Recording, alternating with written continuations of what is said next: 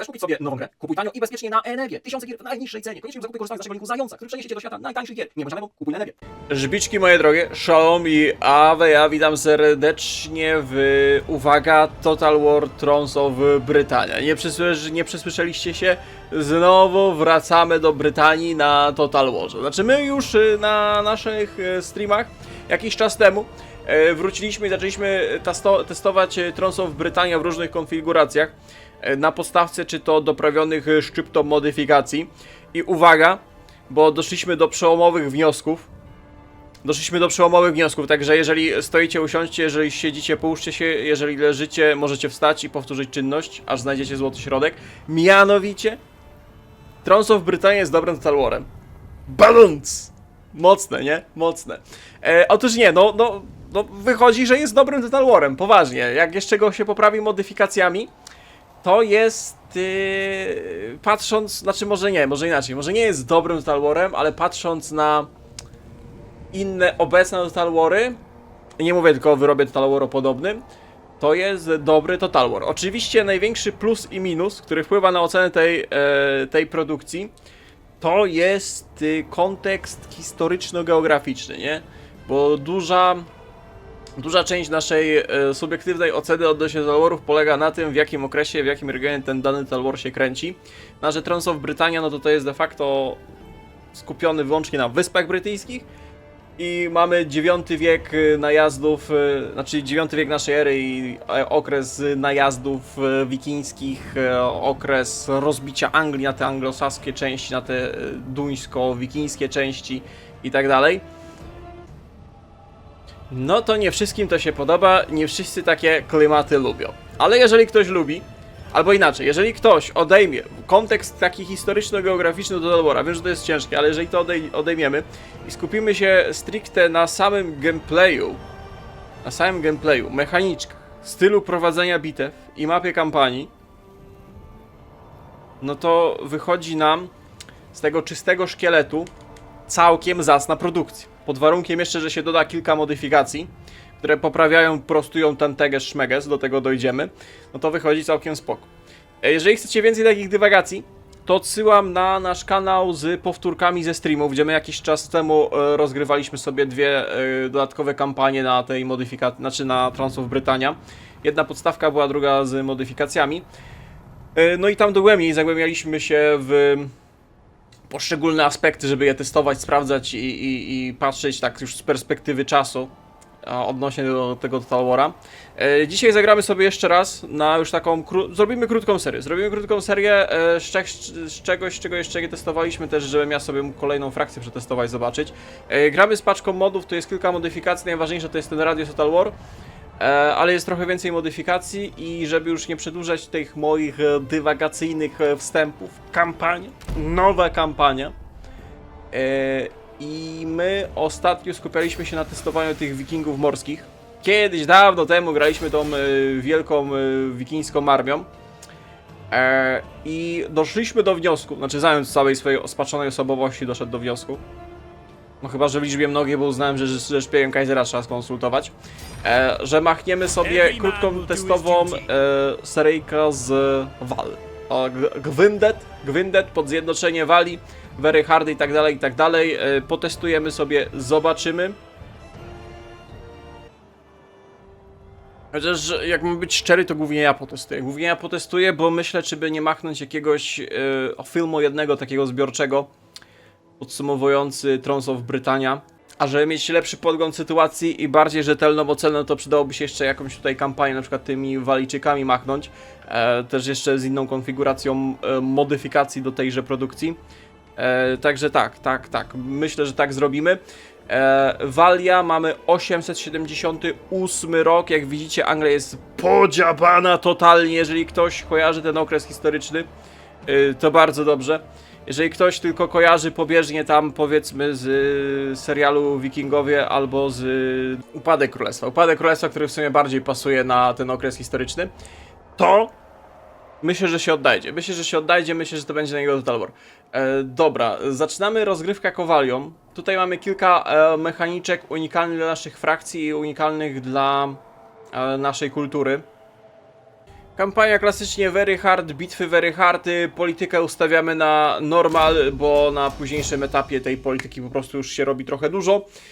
Rozpocznijmy naszą przygodę jako walijskie księstwo pragnące zjednoczyć królestwo, obronić się przed dalszymi najazdami, wpływami wikińskimi oraz imperialistycznymi zakusami anglosasów z południa.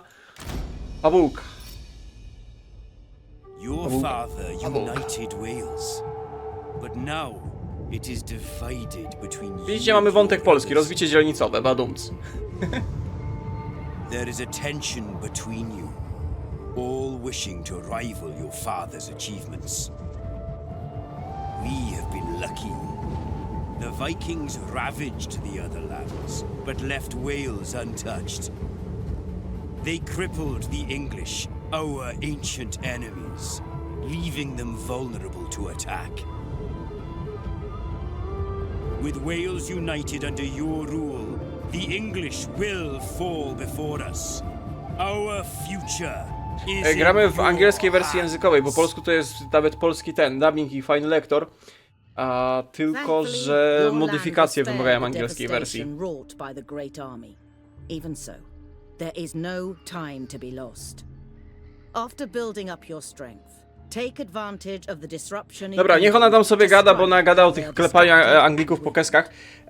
Generalnie Thrones of Britannia to jest takie połączenie Roma dwójki i Shoguna troszeczkę. Bardziej z naciskiem na Rom dwójka. Dlatego, patrząc do Roma dwójkę, to nie jest zły Total War. Właśnie o to się rozchodzi. Że core tej gry nie jest zły. Ba, jest nawet akceptowalnie dobry. Dobra, moja lady, nie wiem co ty tam gadałaś, bo zamiast swoje nic nieznaczące mądrości musiał zapodać. Musimy pokonać rebeliantów. O, i na przykład jak graliśmy na streamach, sobie testowaliśmy, to padły komentarze, że na przykład ich uwierają ten styl graficzny. To jest już czyste subiektywne. Mi osobiście się podoba, zwłaszcza w ten okres historyczny wrzucony w taki sposób przedstawiania, nie wiem, grafik i tak dalej. Unikalny na pewno i ładnie to wygląda.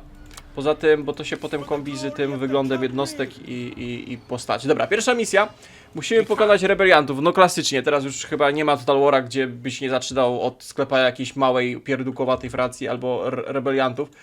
Dla przypomnienia, żebyście, jak ktoś nie ogarnia regionu, historii i tak dalej, żeby się lepiej wczuć, no to oczywiście jesteśmy w północnej Walii, na Wyspach Brytyjskich.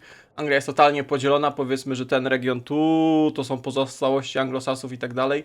Kornwalia jako dodatek, a tu mamy wszystko podziabane, poniszczone, częściowo rządzone przez wikingów, którzy w większości jakoś tam powoli zaczynają nawracać się na chrześcijaństwo. Nie dość, że wpływają na ten region, to sami się z nim asymilują. Na północy Szkoci, na zachodzie mamy Irlandię z podzieloną niczym w Obrobcu Uniwersalis 4 Irlandią. Z tym, że tutaj jest dużo takich kolonii wikińskich, ale to są wikingowie, którzy generalnie skupiają się na handlu. My mocno cisnęliśmy ten Dublin, bardzo przyjemna rozgrywka właśnie, żeby sobie na przykład wrócić potestować i odkryć na nowo Thrones of Britannia. To polecam właśnie tych wikingów z Dublinu, gdzie nie dość, że jest przyjemna frakcja do gry, mechanicznie, gameplayowo. Niby masz wikingów, ale z drugiej strony takich wikingów skupiających się na handeli, tanią siłą roboczą wyprawy robić na Islandię czy na Ruś Kijowską. To jeszcze fabułkowo twoim celem jest, powiedzmy, zabezpieczenie wybrzeża Irlandii, nie? I tutaj są inne te państewka wikińskie, też podobnie handlujące. Tak samo tutaj w północnej Szkocji na tych orkanach. Także przyjemne. Myślę, że na początek stoczymy sobie bitwę z rebeliantami za pomocą naszej armii. To w ogóle jest nasz król, Anarut. Nasza Walia bazuje na włócznikach, bardzo mocnych łucznikach, walijscy łucznicy, którzy potem Anglicy odgapią, a na łucznik z długimi łukami i kawalerii. Generalnie ten Total War ma kawalerię, ale ona nie jest trzonem i nie jest silna. Bo tak się zamyśliłem, bo to jest w sumie dużo rzeczy mechanik już na pierwszych na pierwszych chwilach, jak jest ten, nie wiem czy ja mam to wszystko wam opowiadać, ale myślę, że to pominiemy. Oszczepnicy są mega mocni, wbrew pozorom. Dobra, rozpocznijmy bitwę, stoczymy sobie, pierwszą bitwę ręcznie trzeba rozegrać. Jeśli chodzi o grafikę, to mamy mniej więcej wszystko na maksa, tylko jakieś tam pierdoły powyłączane, które bardziej przeszkadzają niż pomagają maksymalne limity jednostek, jakie mamy dostępne. No już na pierwszy rzut oka widać, że to jest no wyrób podobny. Czemu to jezioro takie kwadratowe? No dobra, mniejsza, pierwszy raz coś takiego widzę. Może to jakieś sztuczne, nie wiem, może coś tu było, może tu po Rzymianach coś było i potem lokalni tubylcy, nie wiem, nie dopilnowali, zalali. Jakieś termy rzymskie. Proszę Państwa, gra podobno, znaczy mechanicznie podobno do Roma 2. Nie żebym się powtarzał, ale Rom 2 ma jedne z lepszych bitew. Wiem, że zaraz się niektórzy oburzą. Zając, co ty mówisz, jak Rom 2 może być jedna z lepszych bitew? Ale poważnie tak ma. Nasza armia bazuje na włócznikach, łucznikach i kawalerii. I w sumie ta frakcja powinna na tym bazować. Jeśli chodzi o wygląd jednostek tej naszej pierwszej pierdółowatej armii, bazującej na... O, to są te takie fajne sztandary. Jeżeli chodzi o wygląd tych jednostek, to jest spoko, ale walka jest mega sympatyczna. Cicho, stary druidzie, rozumiesz, jakiegoś pana Romixa mi tu wrzucili na podpowiedzi. Ja tu wiem, jak toczyć takie bitwy. O kurde, oni zaatakują! Dawaj tego druida, nie wiem co zrobić! Nie no, żartuję. Mechanika, fizyka walki, pojedynków jest bardzo przyjemna, jeszcze lepsza mi się wydaje niż w Romie 2. On serio będzie nas szarżował? Ja tutaj chciałem go atakować, a jak nas szarżuje, to trzeba się troszeczkę przegrupować. Nie, on tylko lepszą pozycję na wzgórzu zajął. Cholipka, właśnie odkryłem coś, na co narzekałem, gdy testowaliśmy Thrones of Brytania na streamach na Twitchu, że jednostki nie mają na takim podglądzie znaczników, czy są włócznikiem, oszczepnikiem, topornikiem. Jak jest duża bitwa, ileś tam jednostek na ileś i jest chaos, to ciężko ogarnąć, kto jest czym. A teraz ogarnąłem, że można zrobić pyk i masz permanentnie przepisane. Kolejny plusik do kajecika.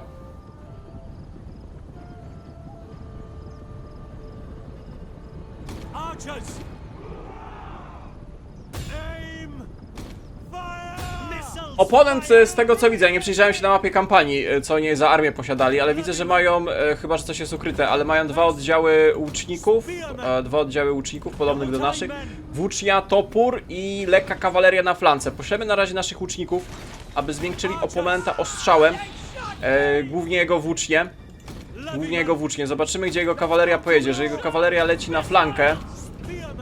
on ma jeszcze generała w postaci. O proszę, to będzie zacięty pojedynek. Wielka bitwa naszych czasów. No dobrze.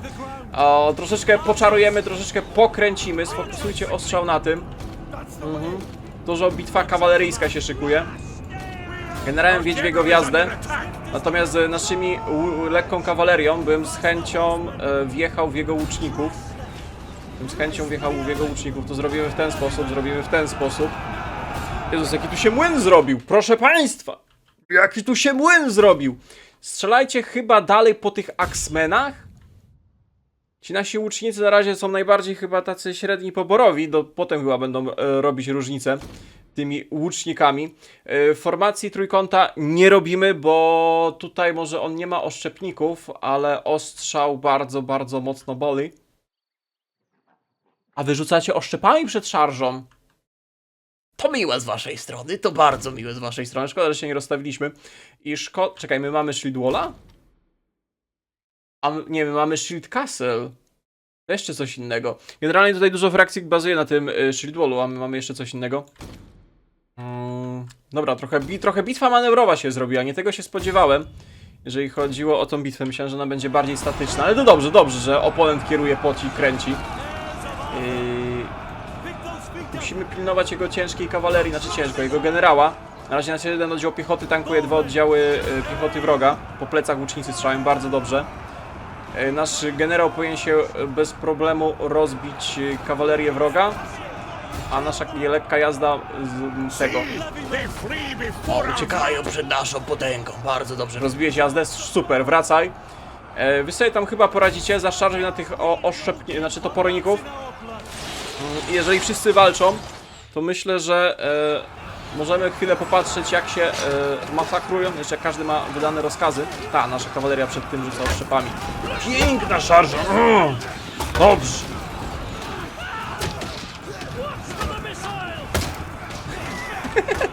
Kiedy obaj macie dużą tarczę, dzidę i przyszliście w klapkach, japonkach na pojedynek, bo jesteście biedną, szczęśliwą piechotą, ale widzę, że mają fajne fajne pelerynki na plecach.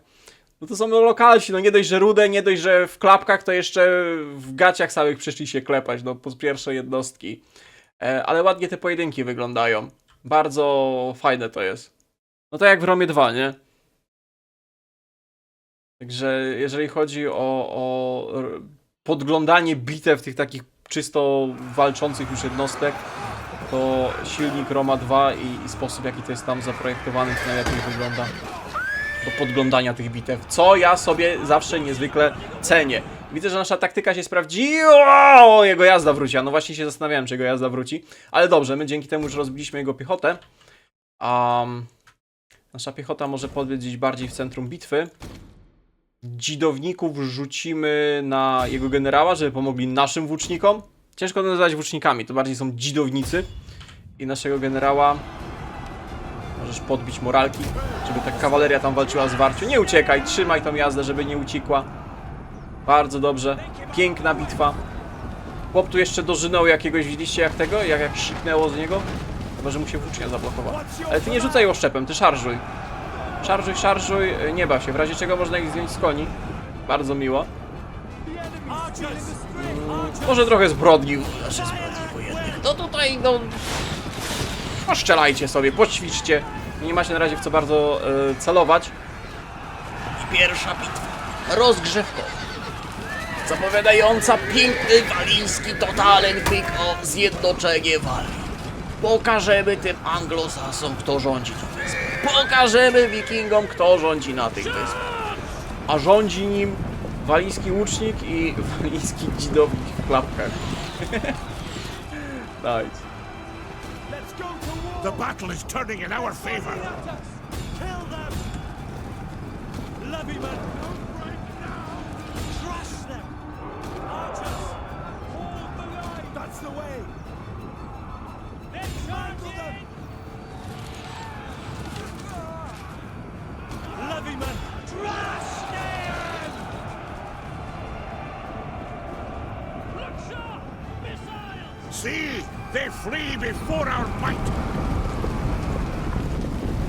Czy ty nas gonisz ze strzałą? Goniłeś, chłop nas zgonił ze strzałą w łokciu. Śmiesznie to wyglądało jak bieg. A ten ma w plecach właśnie. Oni gonili tą naszą hordę włóczników, która tego generała znowu wjechała. Nie daliśmy mu odskoczyć. Dobra, tylko generał się ostał. To dobijcie co możecie i bitwa zostanie wygrana. Zwycięstwo. Tego mu chciał. W ogóle w herbie mamy czerwonego, rozsierdzonego kuraka. Czerwono-biały herb. Polski wątek znowu. Czerwony walijski kurczak.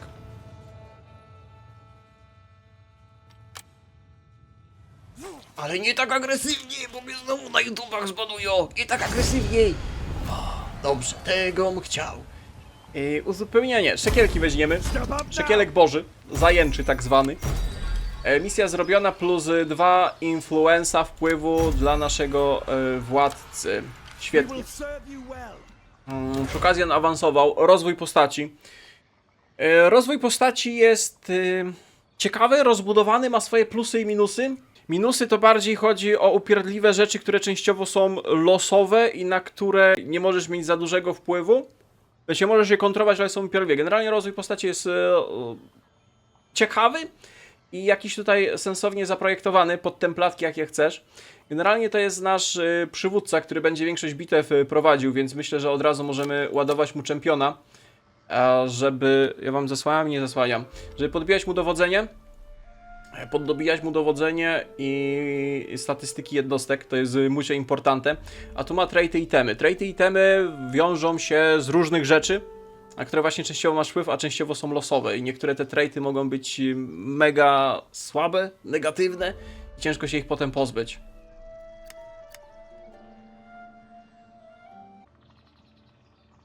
Widzę, że małżonka Gwenna, 27-letnia My Lady, daje mu niezłe bonusy. A jego osobowość na przykład daje mu plus 5% do szarży. Fajne, bo jeździ kawalerią. Jeszcze ma pomocnika. Dobra, wycofaj armię do naszej stolicy. A w Thrones of Britannia dla przypomnienia jednostki rekrutujesz w stolicy. I tutaj jest ten taki specyficzny system rekrutowania, że od razu rekrutujesz jednostkę i ona się po prostu z czasem uzupełnia. Chyba tak jest w Trzech Królestwach? W Trzech Królestwach jest. Generalnie mamy duży roster jednostek. Dużo do wyboru, zwłaszcza, że na przykład Axe Infantry to nie jest po prostu, że ten topornik jest lepszy od tamtego, a ten jest lepszy od tamtego. Tylko niektórzy topornicy, albo niektóre jednostki po prostu jeszcze się różnią między sobą, że na przykład jedni mają dwuręczne topory, więc są jednostkami szturmowymi, inni mają po prostu toporek i gigantyczną tarczę, więc po prostu robią shield walla i stoją całą bitwę. Inni topornicy są berserkerami, więc wpadają szał, ale wszyscy są w zakładce Axe Infantry. Więc tych jednostek jako różnych rodzajów jest po prostu więcej.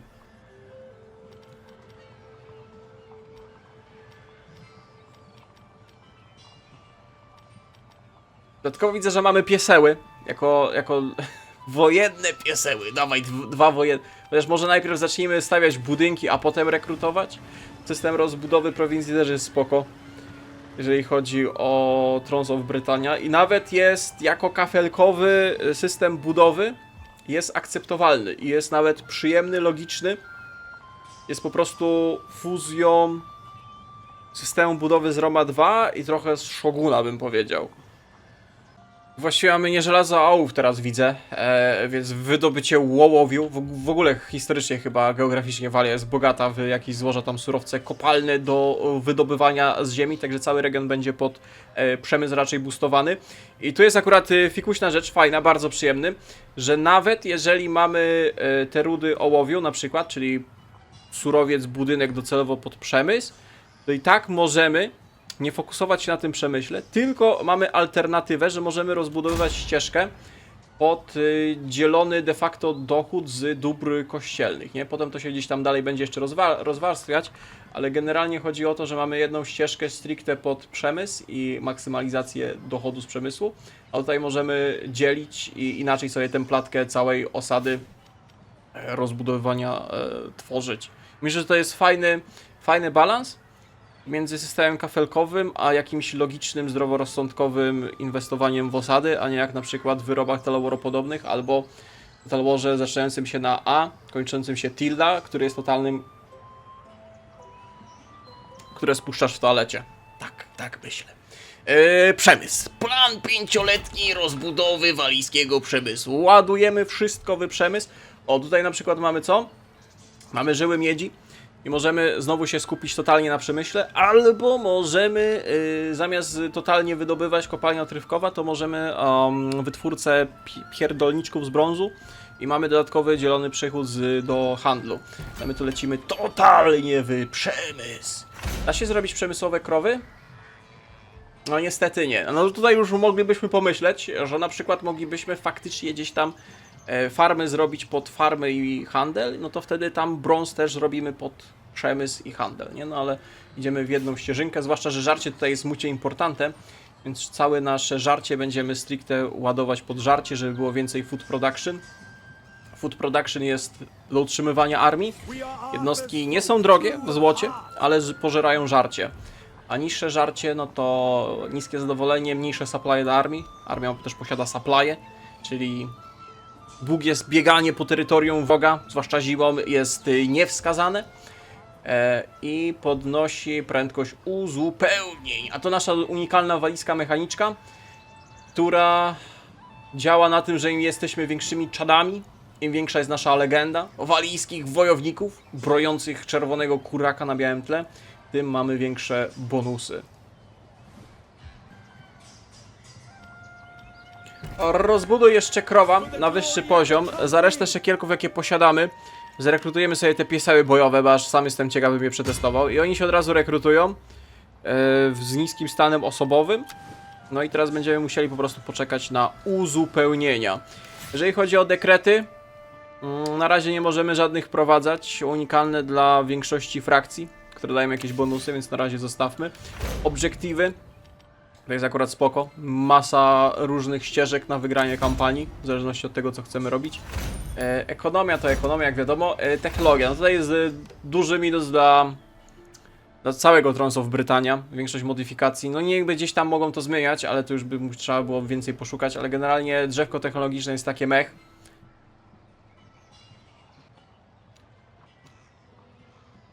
Chociaż trzeba pochwalić i dać plusik na to, że fajnym patentem jest, aby jakieś technologie odblokowywać, to trzeba jakieś mniejsze, większe questy porobić, żeby badać technologię na przykład pod kawalerię, no to trzeba zacząć od zrekrutowania 5 jednostek kawalerii, więc na początek nie możemy nic badać, bo nie mamy żadnego questa zrobionego, ale drzewko technologiczne to faktycznie jest minus i większość modyfikacji, nawet jak coś zmienia, no to i tak pozostaje duży niedosyt. Jeszcze odnośnie osad, bardzo ważną rolę ma zarządca. Zarządca na to, jak ta osada funkcjonuje, nad ich dochód, lojalność, bo osady mogą się zbuntować razem z gubernatorem, zadowolenie, więc tutaj też jest mucho importante na te followersy, upgrade'owanie i traity, itemy, jakie gubernator otrzymuje. Małżonki też mogą negatywnie wpływać na gubernatorów, więc trzeba rozsądnie My Lady dobierać. No i chyba tyle, możemy na razie skipnąć turę. My sąsiadujemy z wrogą i przepotężną Mercją, tylko Mercia jest o tyle przepotężna, że ma de facto chyba wrogów na wszystkich stronach i potem pewnie będzie szukała protekcji u Anglosasów z Wessexu. My natomiast co, machniemy pierwszego znajomego końca tury?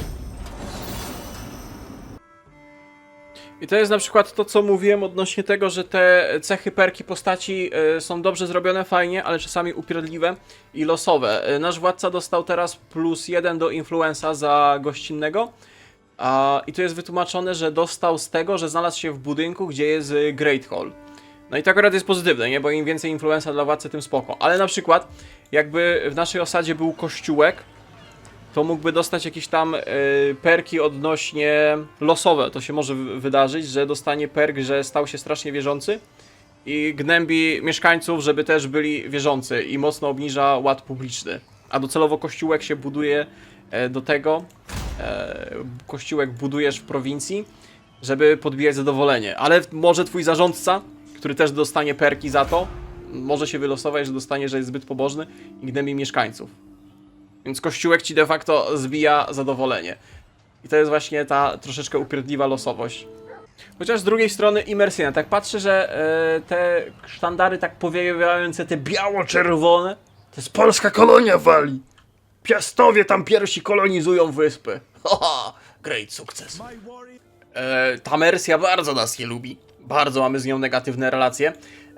Ale nasz sojusznik Powis w wypadku wojny zapewne stanąłby po naszej stronie, bo też nie przepada za Anglosasami z Mercji.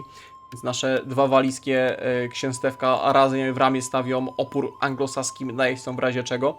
Bo oni tutaj taką niewielką armię postawili. Tu mają dużą osadę tuż przy naszej granicy.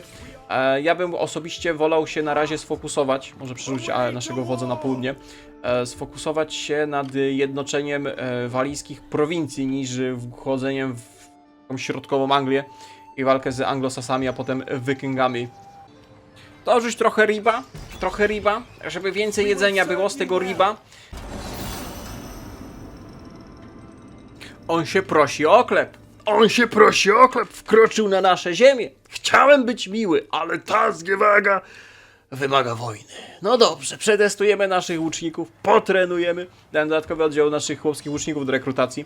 A fajnie jakbyśmy na przykład, nie wiem, zraszowali może technologię i upgrade'y do łuczników zasypali wroga przewagą naszych strzał. No niby wiem, że to jest okres, że powinniśmy topornikami biegać, krzyczeć za Odyna, za Valhallę i robić Shield Walla. No ale my już robiliśmy takie serie. W sumie gramy Walią pod łuczników, pod pieseły. Templatka pieszeło-łucznicza. To jest to.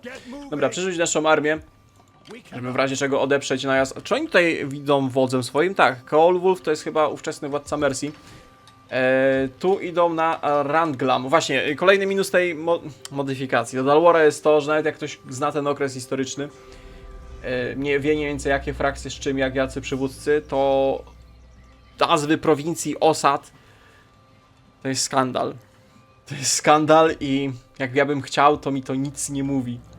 Kompletnie nic. Może gdzieś tam te z Wessexu najbardziej charakterystyczne osady Winchester czy Londyn zamiast Londyn, to człowiek ogarnie, ale to jest tyle osad nawalone, a dodatkowo jeszcze tych pomniejszych wiosek, które wchodzą w część składową całej prowincji, że ciężko ogarnąć i co jest z czym, jak i dlaczego. Potrzebujemy